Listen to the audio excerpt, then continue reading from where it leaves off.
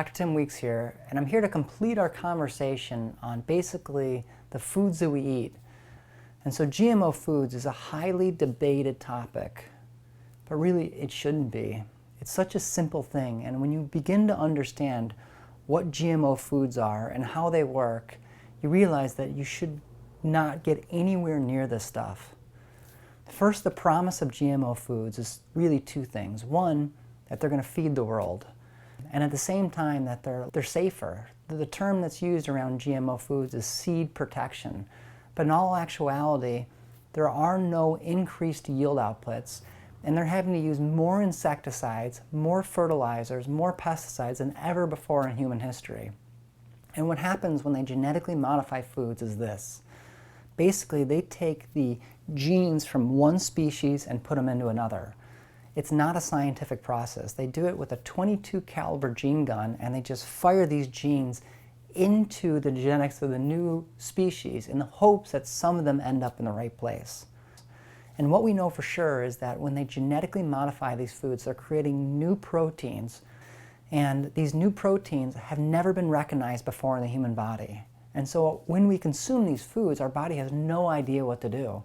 And so the first and most obvious thing that we're seeing is allergies. Our body's responding, our immune system's responding and saying, what is this? We're seeing an increased rate of cancer.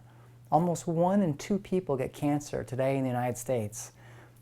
And a lot of it is because when you think about it, it is the immune system going out of control in humans, and then new mutagenesis that's happening.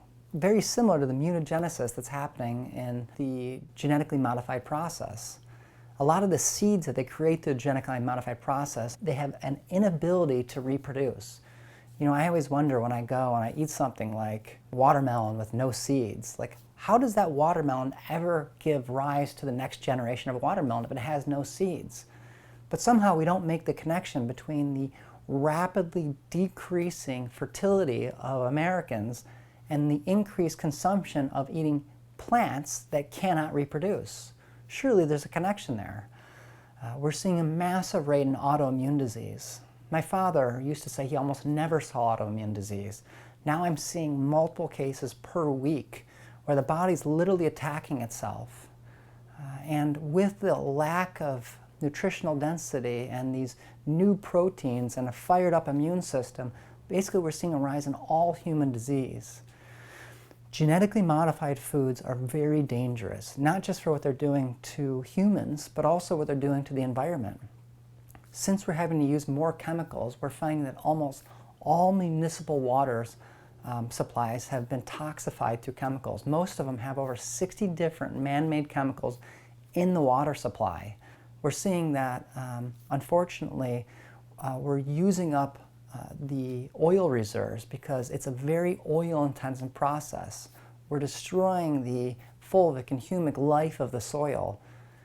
And the biggest danger that we're seeing, along with the loss of topsoil, is one seed is spreading the world. Currently, genetically modified foods are planted on 50% of the tillable acres of the world. And so I feel like we must ask the questions. First, is GMO safe? And no, it's not. 2, what happens if the effects of this continue to rise? What happens if we poison all the water? What happens if the last of the bees die? What happens if a disease catches on to this one seed that's left? What happens if all of a sudden that there's a fungus that loves these new genetically modified seeds and this one fungus spreads the world?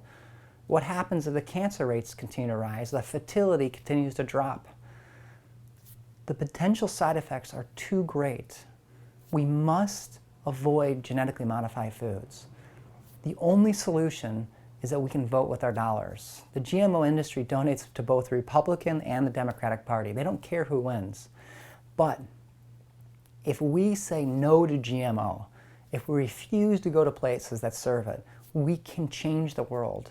Recently, Chipotle came out and said no to GMOs. And what happens is they have to send letters to all their suppliers, they have to send letters to all the farmers, and this ripple effect goes through the entire industry. And all of a sudden we're seeing more and more crops that are being planted organically. Costco is the #1 leading seller of organic foods now because we're demanding it. The only vote we have is with our dollars. There's an old Indian proverb that says, we should make decisions based on how it affects the next 6 generations. Some people say that we inherited this world from our ancestors and it's ours to do with whatever we please. But in reality, we are borrowing this world from our children. And we must ask the question, are GMOs safe and is this the best thing for our children? Absolutely not.